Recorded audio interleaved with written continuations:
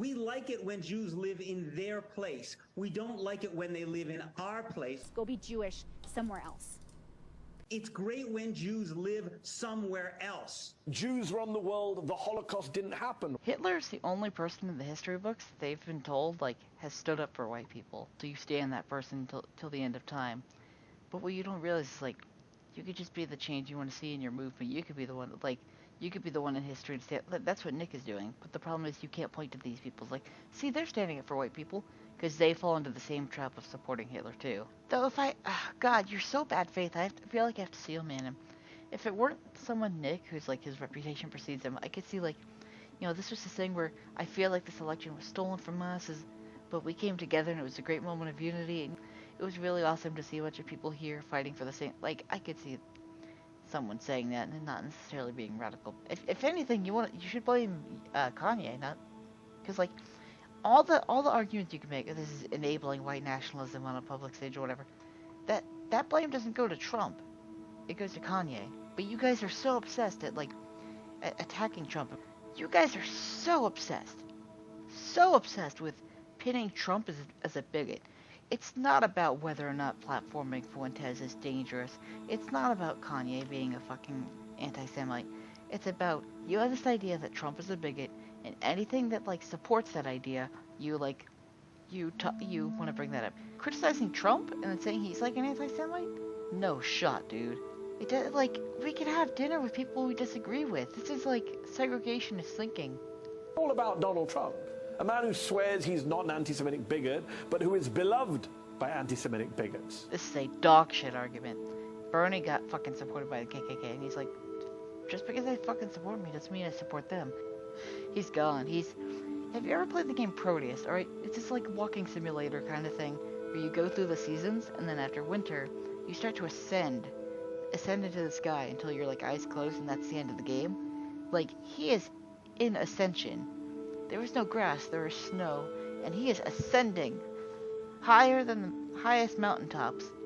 He's out of this world insane, and so are these two. They're trailing right behind him. Base is radicalized. Anti-Semitism is now everywhere. It already was everywhere, as was anti-black racism. I'm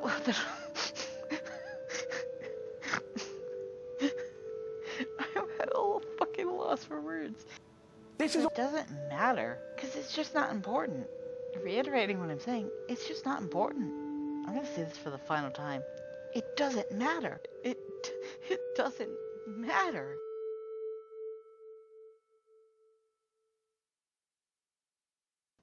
Okay, I haven't done a politics video in a while. I don't know why, but I figured I would start the new season off by responding to people who really need to touch some grass, but unfortunately all they can touch is snow.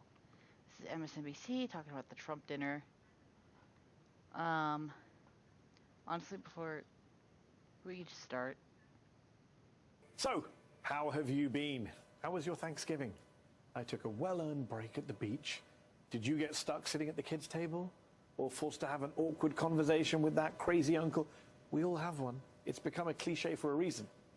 But as uncomfortable as gathering with family can be, did any of us accidentally end up at dinner with a Holocaust-denying white supremacist? No? I didn't think so. That's because none of us is Donald J. Trump. Technically, wouldn't it be none of us are Donald J. Trump? Who is now scrambling to deny and defend his dinner with not just one ridiculously anti-Semitic bigot, but two. Rapper Kanye West, a.k.a. Ye of DEFCON 3 on Jewish people infamy, and Nick Fuentes. And who is Nick Fuentes? Well, if you're asking that question, bless you. You're so lucky not to know. Because on the American far right, he's the worst of the worst. Okay.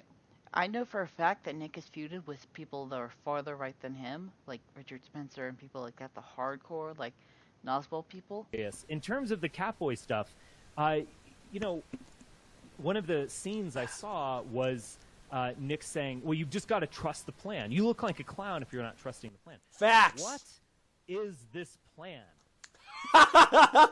Wouldn't you like to know, bitch? It's so funny. This is just like when Barack Obama said, what magic wand do you have?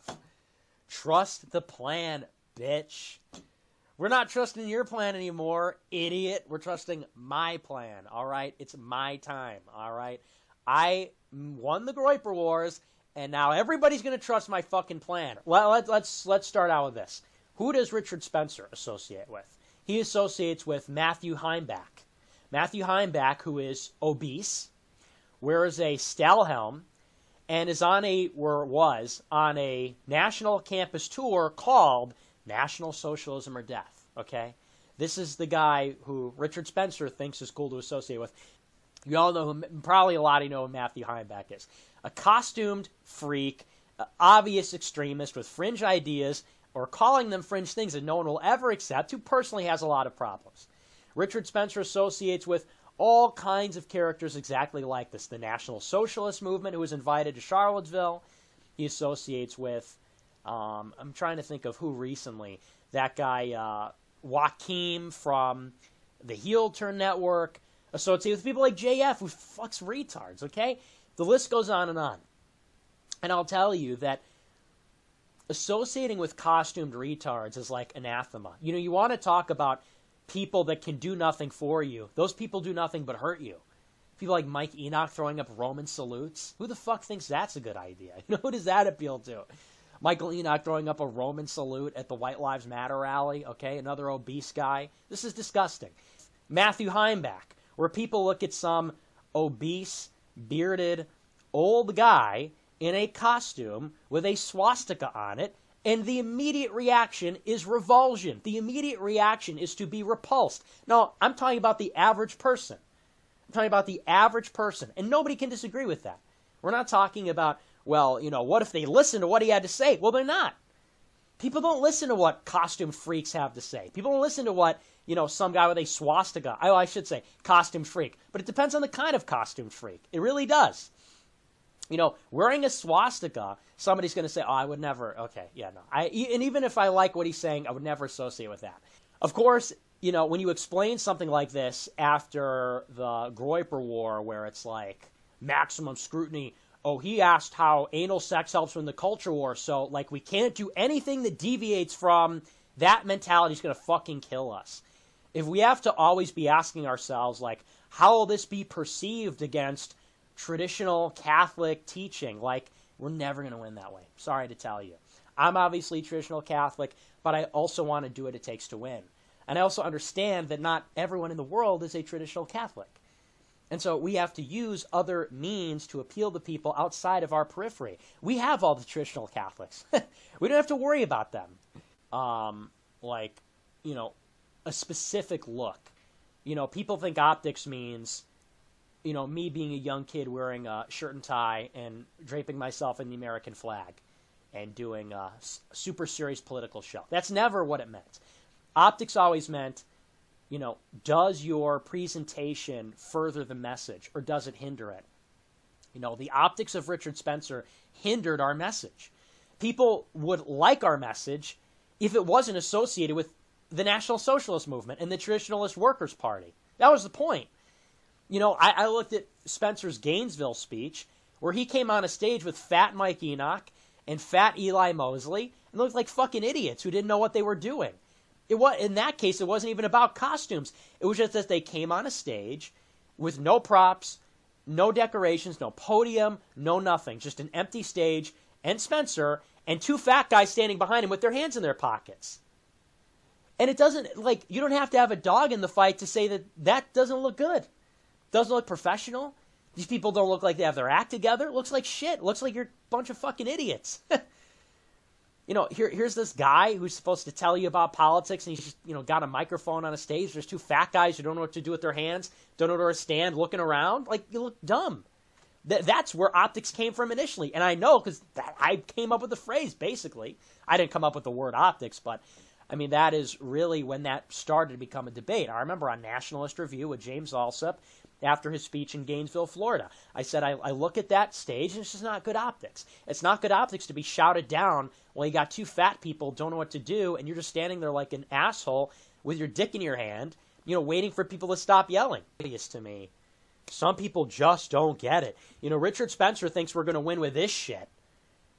Really? This is going to win the culture war? Really? How's this going to win the culture war? Look at this.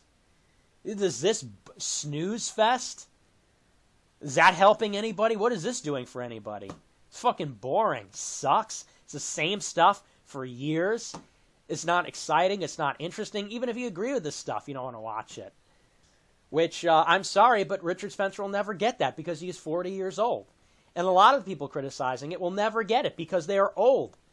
And they don't understand this part of the internet. They don't understand that as comedy. A lot of people, fucking losers don't get it who are coming to me in my mentions saying, oh, look, well, I don't like that. Well, you don't want to do what it takes to win. New community. Now it's weird, creepy, gay Zoomers. You've locked down the weird, creepy, gay incel market, and you're expanding. There it is. To creepy people who don't want to have... Yeah. Oh, we're the creepy ones, right? Me and Lolly Socks are the creepy ones. Not this duo here. Let's... If you pull up the stream with me and Lolly Socks, I think if you asked Zoomers who is creepy and weird and gay, I think if you looked at these guys versus me and Lolly Socks, you'd probably say it's these guys that are creepy and weird and whatever. I don't know.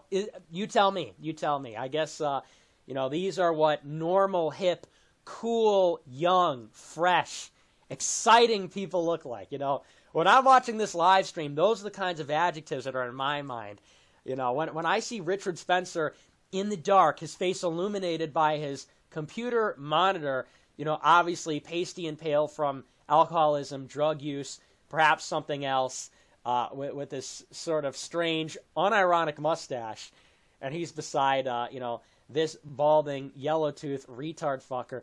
I'm definitely, and by the way, it's all very dark. It's all very plain. I'm definitely thinking cool, fresh, excellent, exciting for young people. I'm going to recommend this to my young peers. Fine, that's youthful folly. This is not youthful folly. This is a weird personality defect. And weird personality defects. Yeah. Okay. Alcoholic, philanderer, faggot, loser. Tell me more about those personality defects. They've all denounced me or whatever. They want to go their own way, fine, because I don't think any serious individual would want to have anything to do with those people. And that's that. That whole rant is incredible because everything that he said applies to him more. Somebody that is repulsive to anybody else, unserious, deep personality defects, all of this applies to this person. Frankly, to both of these people, honestly. Is he really the worst of the worst, considering there are people that have actually, shot up Jewish synagogues? Really? Nick is bad, but I don't think he's the worst of the worst. I know what you're thinking. Over the past 2+ years that we've done this show, we've introduced you to some of the worst, to some of the most awful. So maybe using that term over and over again deprives it of its usefulness. And unhinged bigots out there, people like GOP Congresswoman Marjorie Taylor Greene. Well, I reject identity politics because there's one thing I know. It doesn't matter what your skin color is or any of these choices and all of these things that are said. It matters who you are as a person, it matters who you are in your character, and it matters how you treat other people and the type of life you live. And so we have to stand together as Americans.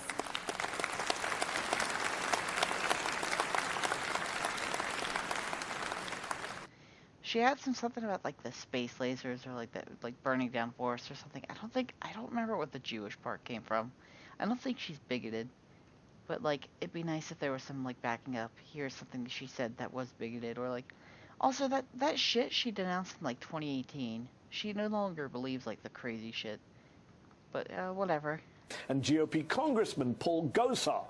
I don't know about Gosar or whatever. But Fuentes is on a whole other level. In fact, bit of white supremacist trivia for you. Both Greene and Gosar have headlined events organized by Nick Fuentes.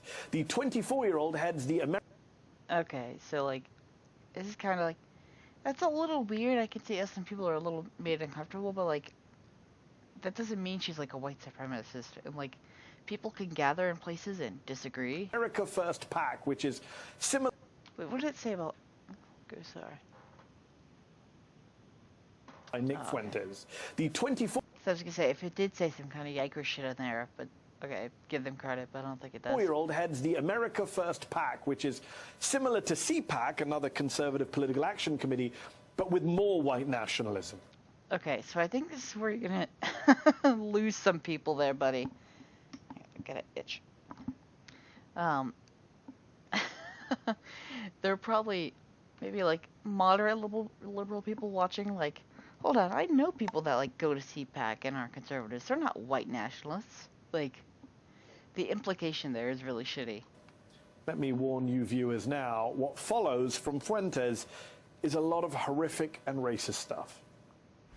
We have our embassies and consulates all across the world. They wave the flag of what? Transsexuals, Black Lives Matter, the gay pride flag. You know, being an American used to mean something, and now it means all this crap. We've got the white Christian men that built this country the first time, and we'll do it again. You think you can replace us? You're wrong. We will replace you.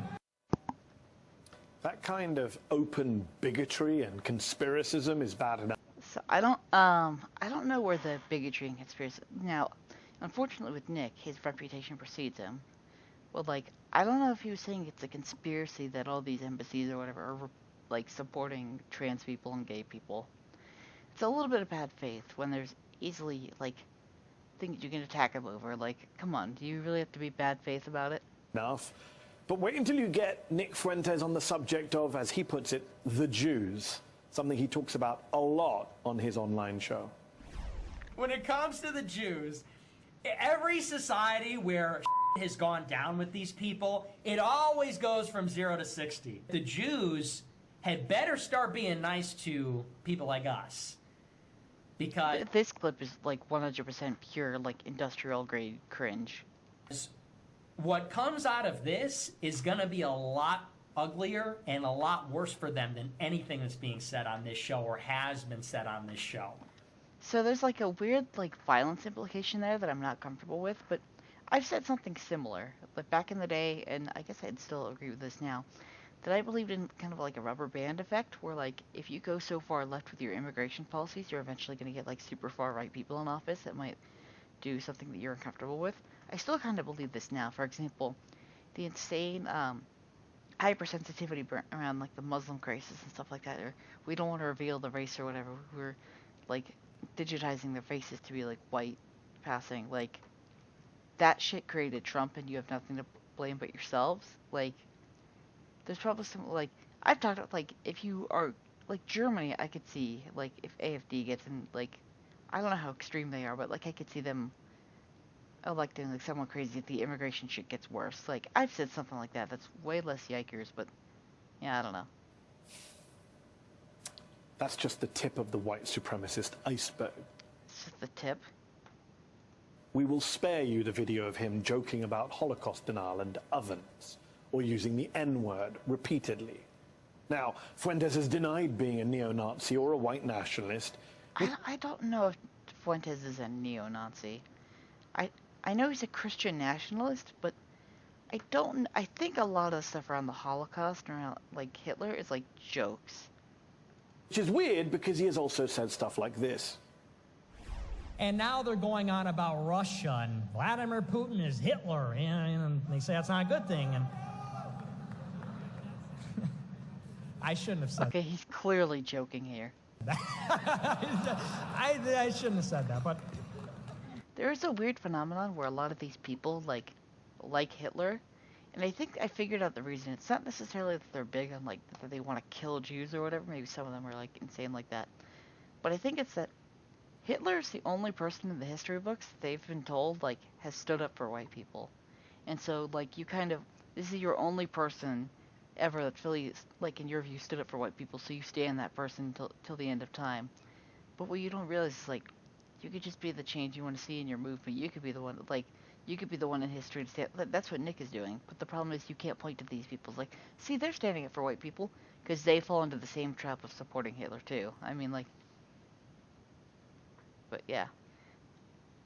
There's no, like, at the end of the day, it comes down to wanting like a white race conscience, which you shouldn't be mad at because you guys are talking about white privilege and we need a black race conscience.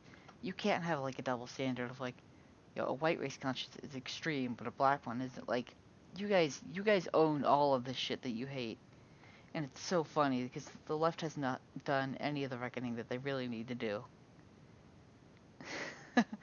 Like, they got lucky this election that they didn't get absolutely destroyed, and Biden's like, yeah, we're just gonna keep going the way we are.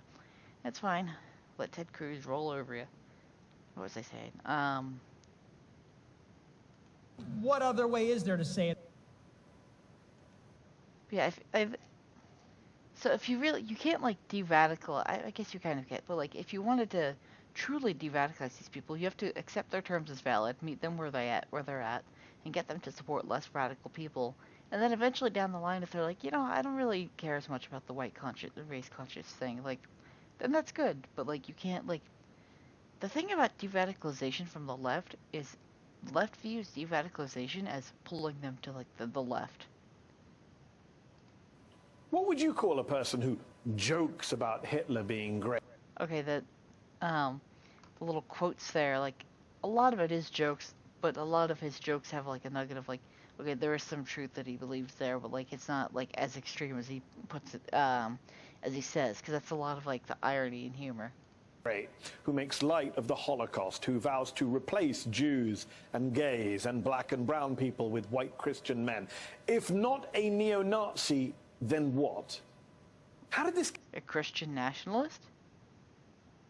guy end up having dinner with the former president of the United States? A guy who not only attended the Charlottesville white nationalist rally in 2017 as Again, it's more like, a teenager, but was also at the Capitol on January the 6th, though he said... Okay, so none of this is explicitly bad unless he can prove that he's done something bad there. So like if he entered the Capitol, or if he like attacked someone or did something, going there isn't bad in and of itself.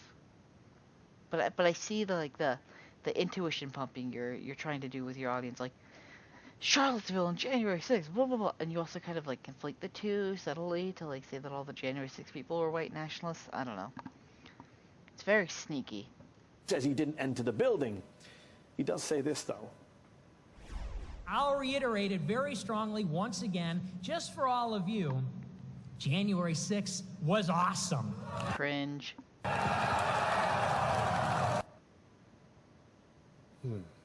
One thing everyone agrees on, Fuentes came to Mar-a-Lago last week. Though if God, you're so bad faith, I feel like I have to Steelman him. If it weren't someone, Nick, who's like his reputation precedes him, I could see like, this was the thing where I feel like this election was stolen from us, but we came together and it was a great moment of unity. And yeah, some people were acting out, some people were trespassed, but it was really awesome to see a bunch of people here fighting for the same. Like, I could see someone saying that and not necessarily being radical. But again, Nick Fuentes gets no benefits of the doubts from these people. Week as Kanye's guest, according to a social media statement from Trump, quote, this past week Kanye, okay, dinner. Okay, so yeah, Trump didn't know about it. That was a big thing. Like, I don't know why people are blaming Trump. It was also, I couldn't remember if it was Trump wanting to talk to Kanye or Kanye wanted to talk to Trump. But I guess it's not really bad to have white supremacists at your dinner. Like, who cares? This past week, Kanye West called me to have dinner at Mar-a-Lago. Shortly thereafter, he unexpectedly showed up with 3 of his friends, whom I knew nothing about. Of course, over the years, Trump has denied knowing plenty of people he actually knows, from Prince Andrew to Jeffrey Epstein to Stormy Daniels. So, okay, here's the implication. Let's say that you're right, that he has lied about those 3. Just because he lies about 2 or 3 things doesn't mean he lies about everything. That's a really dumb, like, argument. Like, also, he goes from knew nothing about to knowing. So he's implying that Trump knows Nick Fuentes on a personal level and is denying it. But like, yeah, I don't care if you deny the fact that like you met Prince Andrew before or whatever. I imagine, like, it's just not really relevant. I don't care. Daniels. But even if we were to believe that Trump... Did the Stormy Daniels thing actually happen? I don't remember, like... I remember there was, like, people think this might have happened, but like I don't know if there's any conclusive proof about it. Didn't know who that guy was. So he jumps back and forth from know them to know who they were. Is it really that easy to break bread with a former president over Thanksgiving? It's that easy for a white supremacist to waltz into the former president's resort home? You know, if Ye wants to have a dinner with Trump and Trump's like, yeah, sure, because they believe they're friends, right? So yeah, I guess it is that easy. If I don't know if Ye's a white supremacist, I know he's like anti-Semitic, but like if Ye's palling around with Fuentes, like I guess you shouldn't have. If anything, you should blame Kanye, not because like all the arguments you can make, this is enabling white nationalism on a public stage or whatever. That blame doesn't go to Trump, it goes to Kanye. But you guys are so obsessed at like attacking Trump, and we're going to see that in a little bit. You know, the same resort home where federal agents found reams of unsecured, classified documents?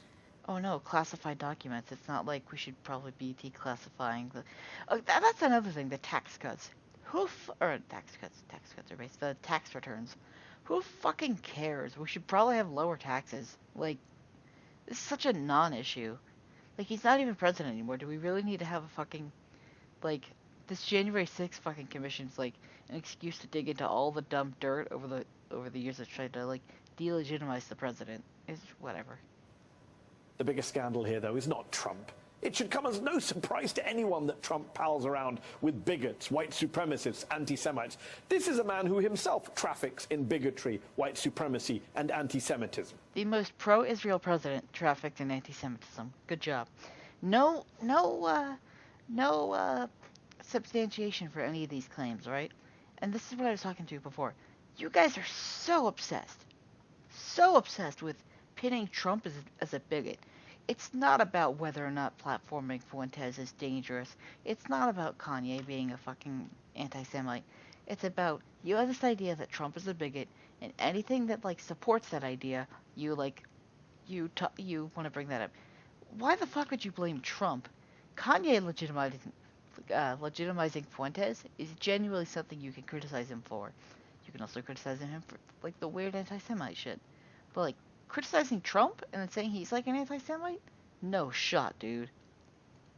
The bigger question, the bigger scandal is, where is the Republican Party?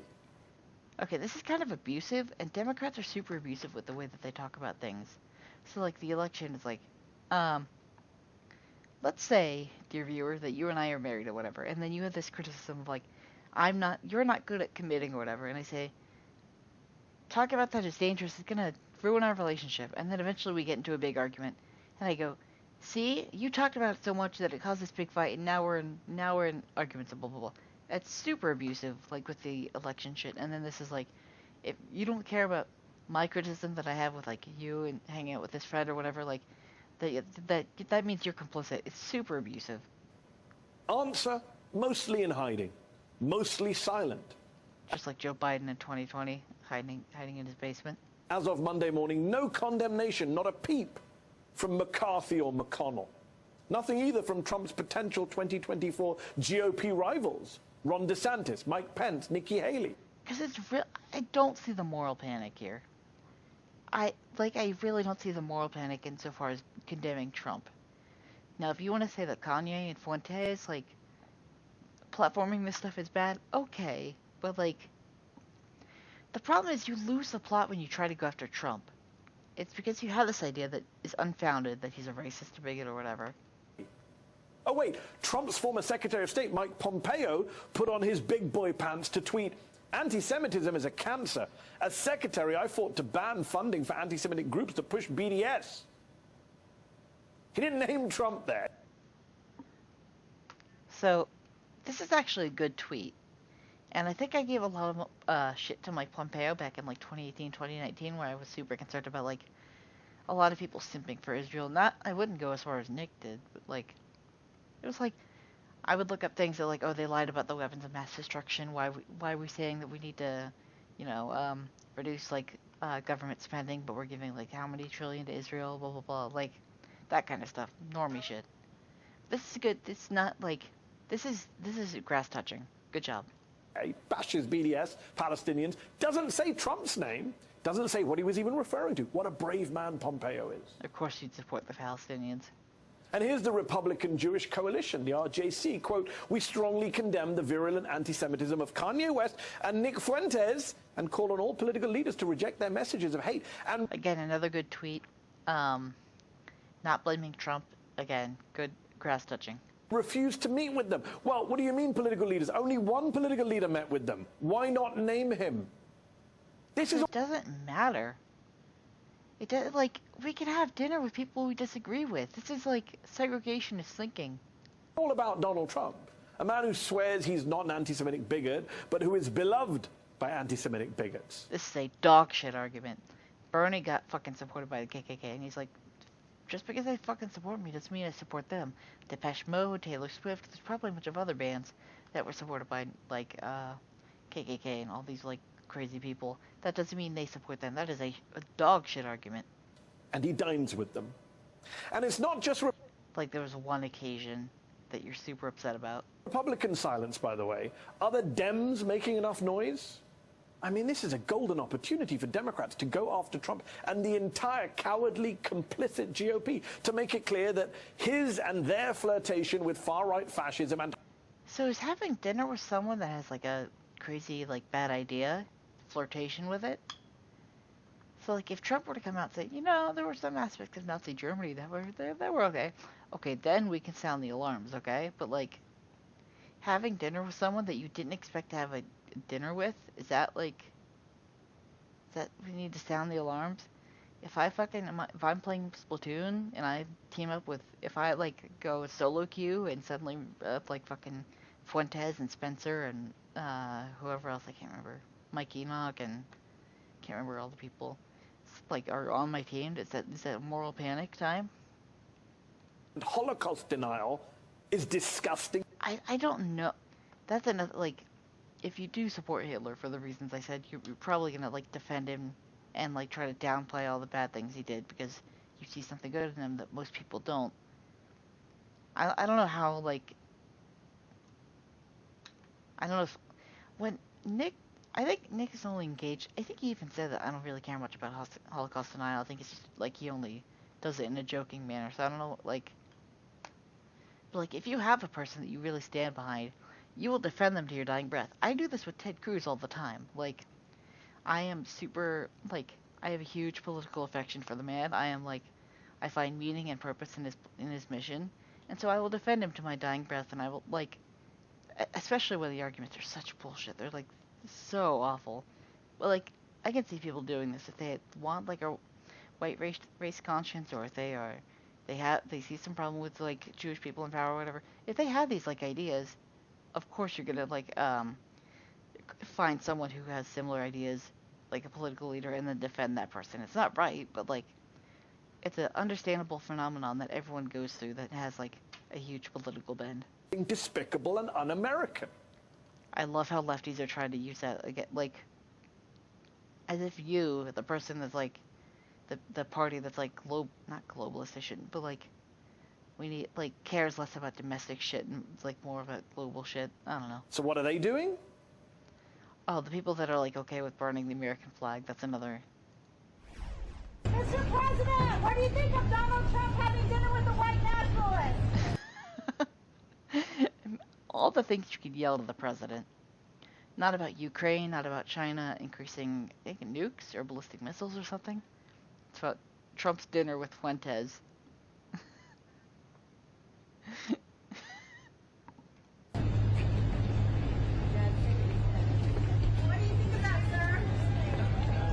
Am I crazy, or is that wall back there super mossy and it needs to be cleaned off? Yeah, Mr. President, actually, we do want to hear what you have to say. No, we don't. We do want to hear what you're thinking. Go give a speech. Do an interview. Does it really require a whole fucking speech? It's not a... If your own party is not considering this as a big deal, then maybe you just shouldn't either. Interview. You're the president. Like, if the entire thing was like, okay, Trump had, like, a dinner with this, like, with Fuentes, and that's bad, but, like, Trump didn't know it, and, like, Kanye is bad for supporting people like Fuentes, I probably wouldn't even be doing this. But you're so horny for attacking Trump. It's crazy. He's the guy probably running against you in 2024. I mean, can you I don't know. I've heard things like Biden's not gonna like. I think he said he's gonna run again, but I think Democrats are gonna go with someone else. imagine the other way around? Can you imagine if Biden was having dinner with... Oh, also, it's gonna be Ted Cruz running against Biden. Duh. I don't know, Louis Farrakhan. You think top Republicans would have nothing to say about that? I wouldn't care. Actually, you know what? Hold on. If Biden actually the president, okay, maybe. But like, if he's like, if Ted Cruz is president and he's just like in whatever Scranton, Claymont, whatever the fuck, and decides to have a dinner, I probably wouldn't care. Maybe as president, I could see I could see an argument. If he like said, Louis Farrakhan, come over here, like, okay, but like Trump was like, he didn't know that Fuentes was coming. Look, this morning, my team and I sat down to prepare this opening monologue for this show, and we were Should have done a little more preparation. Maybe some facts would have been nice. sitting there debating how many clips of a guy talking about Holocaust denial and Jews and Hitler should we actually put on air. That's what news coverage amounts to now in 2022. That's your problem. You could be talking about literally anything else. You could be talking about the Russia-Ukraine shit. You could be talking about how Biden waived sanctions around the Nord Stream 2 pipeline. America, this is the kind of stuff we have to talk about and cover. It's You don't have to talk about it. Is there a gun to your head? What? horrific. It shouldn't be normal. But it's what Trump, the GOP, and the American right want to make normal. No. Okay, this is where you're, like, losing most of the pot. Like, the American right is already kind of getting sick of Trump shenanigans, and they're looking for someone like, for me, it's like Ted Cruz or, like, Ron DeSantis or whatever, to, like, run in 2024, and we're kind of getting sick of Trump. Let alone, like, the insane alt-right shit. But that's... You're losing the plot. And we can't afford to let them. For more on all of this, let's bring in former Republican Congressman from Illinois, Joe Walsh. He ran for the 2020 Republican presidential nomination before leaving the GOP. He's also host of the White Flag with Joe Walsh podcast. And Peter Beinart is editor-at-large of Jewish Currents, as well as author of the Beinart Notebook on Substack. Thank you both for joining me. Joe. So this is going in blind after this. Even the handful of Republicans who have spoken out against Trump meeting with these two anti-Semites. So this is why I know you don't really care about this, because, like, shouldn't you be happy that anyone spoke out? You're, like, pining for the Democrats. Please, please, won't someone mention it? And then, like, when Republicans do it, it's not good enough. Because we know what Kanye said too. It's not just Fuentes. Even those Republicans can't bring themselves to name Trump, as you yourself have been pointing out on Twitter. What is going on here? Mehdi, because I'm a former Republican, I'm asked every day if this Republican Party can be saved. And every day my answer is no. I mean, think about where we are now. Utter Republican silence. Any Republican who wants to run for president or be a viable Republican or be a leader in this party hasn't said a damn thing. Because it's just not important. Mentioned DeSantis and Pence and Cruz. Look, Based Ted Cruz. Trump had dinner with a Holocaust-denying white supremacist. Ron DeSantis, who would like to be the 24 nominee, hasn't said a damn thing about that. Reiterating what I'm saying, it's just not important.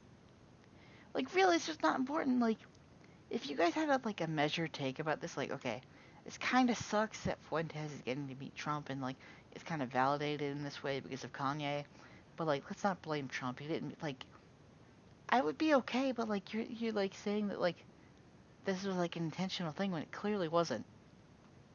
As far as I'm concerned, there's zero difference, zero, between Ron DeSantis and Trump. Zero. Really? Ron DeSantis, he definitely needs to improve, and so does his communications manager. I can't remember who she is. But, like, his rhetoric is definitely better. Probably not as extreme. I don't know. Bro, this is where this party is right now. And, Joe, I've got to ask you, when you... I don't think most of the party is on board with like the white nationalist shit. We just don't take it. Here's the thing: we don't take the white nationalist shit seriously, so we don't take people like we don't take Trump's dinner seriously, especially since they didn't mean to. Like, I'm pretty sure if Trump had control over it, like, if Kanye had said, "Hey, I'm bringing these people," Trump probably would have said no. You served in Congress a decade ago. You served alongside people like Mike Pompeo and Mike Pence. Did you, and you were on the right of the party. You and I have talked before. You said some pretty awful things which you've regretted and apologized for. But even when you were on the right of the party, did you ever... What awful things, though? Imagine that we would get to this point where a former Republican president is having dinner with a Holocaust denier. No, Mehdi, I didn't. And again, back then, I was defined as GOP extreme, and you and I would go at it plenty, generally about policy. Here's the thing, though, Mehdi. The Republican Party base has been radicalized. I don't know if that's true. Like, I could maybe see that they've been, like, that they are, like, in support of, like, more crazy rhetoric from Trump. I don't know if they've been radicalized, especially when you're talking about, like, white supremacy. I don't agree with that at all. This is where the voters are. I come from the base, Mehdi. They've been radicalized. Why isn't Pence or Cruz or Pompeo or McConnell or McCarthy or DeSantis saying anything? Because they know this is where their base is. No. Okay, so he outright says that it's like white nationalist. Like, this is insane. Like, you're a news organization, and you didn't stop to think, like, okay, maybe implying that the other party is, like, in favor of white nationalism because one person who is no longer the leader of that party had a dinner with someone he didn't expect to come? That's the difference. Yes. And Peter, this Republican Party, by the way, has relentlessly tarred the left, the Democrats, as anti-Semitic for critiquing Israeli foreign policy. They've gone after... That is true. But also, you guys are, like, super anti-Semitic. Is the Labour Party in Britain had, like, a bunch of people resign because of anti-Semitic, like, comments? You guys are anti-Semitic, but also, yeah, that's a shitty thing to wheel out against people who criticize Israel. Ilhan Omar for comments she apologized for about AFPAC. But here is a guy laughing about the Holocaust, saying white Christian men will replace you. He pals around with the ex-president over Thanksgiving. I mean, let's not both sides this, shall we? The Republican Party, and only the Republican Party, is going full-blown anti-Semitic. And anti-Semitic in the old... Okay. Trump is the most pro-Israel president. There are a lot of Republican Jews. I don't think... This is just, you're floating. You're not even touching, like, this guy needs to do some serious grass touching. Like, if you said, like, because of the dinner, it kind of appears this way, but I don't think it is, like, if you were just more measured with your takes, I'd probably be chill, but, like, this is insane. Fashioned Jews run the world, the Holocaust didn't happen way. That's gonna be a clip. I want to make that a clip. Can I clip? Right. Hang on, I'm looking. No, I can't. Okay, I'm gonna have to do it the old-fashioned way. I'm just gonna take this part out. And their anti-Semitism is a subset of their general opposition to the idea of human equality, and their... What is this? Dude, I don't think Republicans are against human equality, but okay. Opposition to the idea that America should be a country where everyone has equality under the law. Is anyone surprised? Republicans are the party of the Constitution. That literally says that like, what are you saying? That Nick Fuentes, in addition to being anti-Semitic, is also an anti-black racist, is anti-LGBT. I'm sure he's anti-Muslim. Yeah. This is not an accident. These things go together. Yes. And that dinner, that Fuentes showing up at that dinner was actually like an accident. Trump didn't like invite him. So what the Republican Party has tried to do is say, essentially normalize all these other forms of bigotry, right? I mean, Donald Trump has been an explicit anti-Muslim, anti-black, racist since he... Has he really been anti-black? Okay, this is just no. He's not been anti-black. His presidency had the lowest black welfare rates, or black unemployment rates. Has he been anti-black? I could understand if you said anti-Mexican. There's a misunderstanding with the escalator speech that most Democrats just don't understand what he was trying to say. But, like, it's basic fucking etymology, but whatever. Anti-black, really? Has he ever? Okay, I can understand anti-Muslim, like Muslim extremist, but like, no.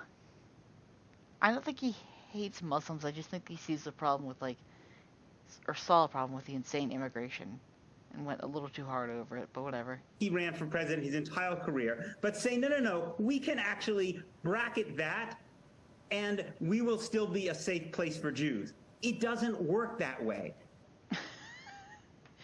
Actually, if you're anti-Muslim, you do end up kind of becoming a safe place for Jews because Muslims hate Jews. Pretty much every Middle Eastern person except for people in Israel hate Jews. These things go together. Once you have a normalized and admitted in people who fundamentally are white Christian supremacists. I understand why, and this might come off as a little bit yikes, but why do the Jews have why do Jewish people that talk about anti-Semitism have the least grass touching and worst takes on this? You're going to find a lot of anti-Semites too.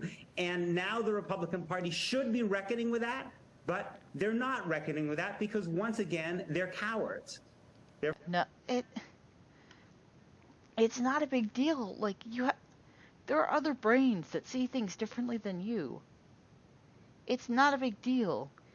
We don't take the fucking white supremacy, whatever the fuck, seriously. And neither should you. They're afraid of Donald Trump. Yes. Well, it's worse than that. And Joe, I want to bring you back. They're afraid of Donald Trump.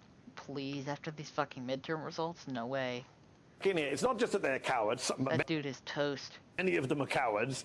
But there's also people who agree with Trump and are happy with Fuentes. There's a de facto Fuentes caucus of congressional members, people like Marjorie Taylor Greene, Paul Gosar, who, as I mentioned, It doesn't matter what your skin color is or have spoken at Nick Fuentes' America First event. And Kevin McCarthy did nothing at the time. We on this show, like others, covered that, wondered what McCarthy was going to do. He did nothing. Right now, he's busy measuring the drapes for the Speaker's office if he ever becomes Speaker. Joe, he's not going to do anything about Marjorie Taylor Greene and Paul Gosar. Of course he's not going to do anything about Donald Trump. They're all on the same page. Oh, God. It's just there's a dire need of grass touching. No, you're right, Mehdi, because McCarthy knows this is where the Republican Party base is. Everything Peter just said. This guy's like a broken record. He just said that. What are you doing? This is where the base is. This is where the base is. They know this is where the base... say something new. Is spot on. And I would add this. It's not just Nick Fuentes talking about America becoming a white Christian country again. Elected Republicans say that. My former colleagues Say what? Okay, he's going to say. in the House, Mehdi, are not afraid to say that America should be a Christian theocracy again. I don't know if they said a theocracy again. Fuck, maybe I need to look in the description. Donald Trump, his inner circle are doing damage controls, more details. So it wasn't even at Thanksgiving, so that intro was just stupid.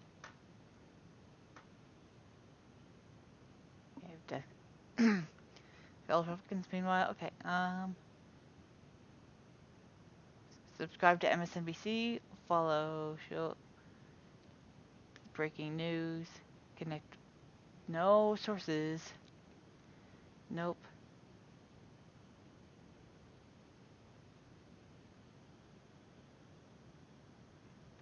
Okay, good. Yeah, so no sources. I was hoping. It was quite a long description. No sources. They say this because they hear it, and I hear it every day from their voters. Yeah, and they also say stuff like great replacement, which is very much a far-right neo-Nazi conspiracy. So most people aren't on the same level of great replacement. Like Tucker, I think, talked about in terms of caring more about immigrants than native citizens. that's not nearly the same as like the great, like the Browning of America. Like, come on. Conspiracy theory, which was once only heard at Fuentes-type gatherings, is now heard on the floor of Congress from Republican House members. Peter, as with Video evidence? The problem is, and this is insidiously brilliant, is that they know I'm too fucking lazy to go and search for that shit. To go and like comb through all the fucking C-SPAN footage to look. So they can just say shit and get away with it, especially because their viewers are not going to fact check them. Snopes or like PolitiFact aren't going to fact check them. with the homophobia, which we've also seen skyrocket on the right over the past 12 months, the past 12 months? Really? Any data, any video, or any... Antisemitism was always there, beneath the surface. On the right? The pro-Israel party? Okay, whatever. He's gone. Have you ever played the game Proteus? Alright, it's this like walking simulator kind of thing, where you go through the seasons, and then after winter, you start to ascend into the sky until your like eyes close, and that's the end of the game. Like, he is in Ascension.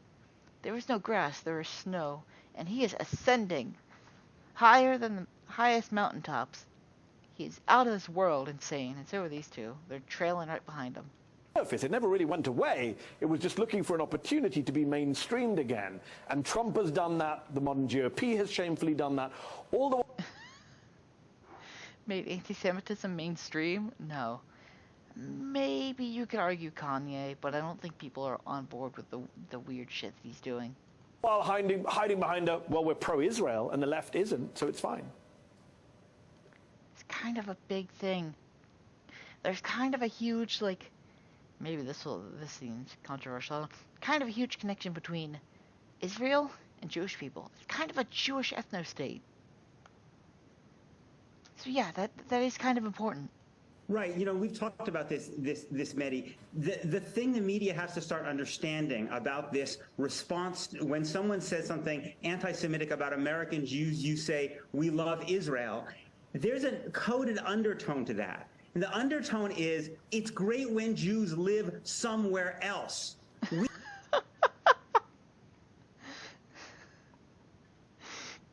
The gaps in his brain are bigger than the ones in his teeth. Holy fuck. That is... Be sure not to, not break, hurt something. You're reaching. You're stretching, dude. We like it when Jews live in their place. We don't like it when they live in our place, or at least if... This is so... I very few times when I do these videos am I lost and am I at a loss for words at how insane the person I'm responding to is. This is one of those times. This is what I'm saying, like, Jewish people have the worst takes on anti-Semitism. It's insane. At least you give credit to, like, the social justice warrior people, like, that are calling everyone racist. They're at least out for other people that are not them. These people are so self-interested. If they're going to live in our Christian country, they better know their place, right? So they're... I don't think any, like, elected representative is saying that. There is nothing logically inconsistent about saying you think Israel is great. By the way, Israel is, as according to the human rights group B'Tselem, Israeli human rights organization, a Jewish supremacist state where Jews have rights that non-Jews don't have, which is exactly what many Republicans want in the United States, for it to be a for white Jewish Christian people to have more rights than no supremacist state. So that okay, this should fall under libel. Or is it slander when it's voiced? I can't remember. I think libel is written and slander is voiced. This should fall under slander. You are, like, genuinely putting, like insidious political positions onto your opponents to, like, smear them. This should be... That guy should get sued. response, which is supposed to be an alibi, is not an alibi at all. It's just an explanation that you don't believe in the idea of equality under the law. Wait, what's he saying? Many Jews have rights that non-Jews don't have, which is exactly what many Republicans want in the United States, for it to be a white Christian supremacist state. So that response, which is supposed to be an alibi, is not an alibi at all. It's just an explanation that you don't believe in the idea of equality under the law. Yeah, this is crazy. Yes, it's a very good point about equality. And Joe, after the midterms, the GOP seemed a little anxious about the results and about Trump's role in it. Could they move beyond Trump? Some in the GOP were kind of dipping their toe in that water. I mean, the irony here is this is a moment for them to do it, and they're not. The other irony, well, the real sadness here is that even if Trump were to renounce this kind of bigotry, he were to say, well, I didn't know he was, and I condemn him, which he hasn't done yet, what would that change on the ground? The genie is out of the fascist bottle. As you say, the... Was this really the tipping point where the alt-righters took over the country? The dinner with Trump is like... This is actually kind of fascist thing, because like, they usually like, Trump's a buffoon, he's stupid, but he's also dangerous, and he's a threat to all of us. Like, this is actually kind of like peak fascist like talking point. Base is radicalized. Anti-Semitism is now everywhere.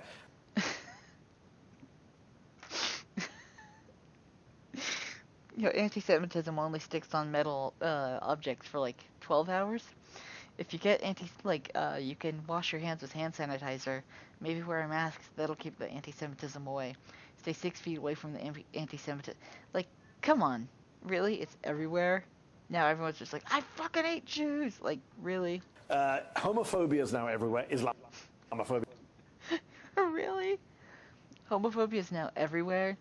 See, this would be really good. This would be a real own against the conservatives watching this. If you had stats to say, like, after Kanye said this, like, I don't know, 40% of people said, oh, now I'm, questioning about Jews or whatever. Like, that'd be a slam dunk. But no. It already was everywhere, as was anti-black racism.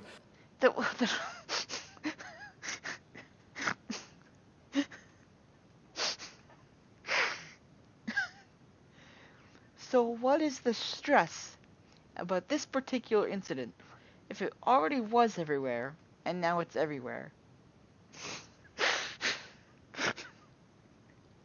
I'm at a little fucking loss for words. How do you undo this? I feel like even if Trump were to become Mother Teresa tomorrow morning, it's too late. It's too late, Mehdi. It's too late. It pains me to say this. You and I have said this a bunch. The base of one of our two major political parties has been fully radicalized. I know this well. No. Come on.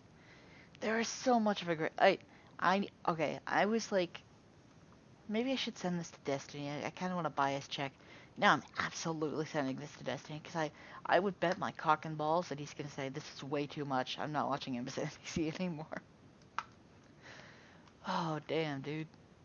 Well, Mehdi, because I helped to radicalize this base. All you've got to do is look at DeSantis and Pence and Cruz and Cotton. Cruz is radical? No fucking way. And Pompeo, anybody who deigns to run for president, Ted Cruz is going to run for president. He's going to win. They won't say a word. Because, I'm going to say this for the final time, it doesn't matter. You've already demonstrated that if it was everywhere before, now it's just everywhere-er. It doesn't matter. So as not to offend their base. It's no longer fringe. And then we're told by all the pundits in the wake of the midterms. Isn't that what they said in 2016? All the far-right base is no longer fringe. Get new material. Oh, Trump is beatable this time. Also, he just did the same thing. But this is the base. The radicalized the base. The base. The base. The base. He's all about that base. I don't see them beating him if they can't even call him out for having dinner with a Holocaust denier.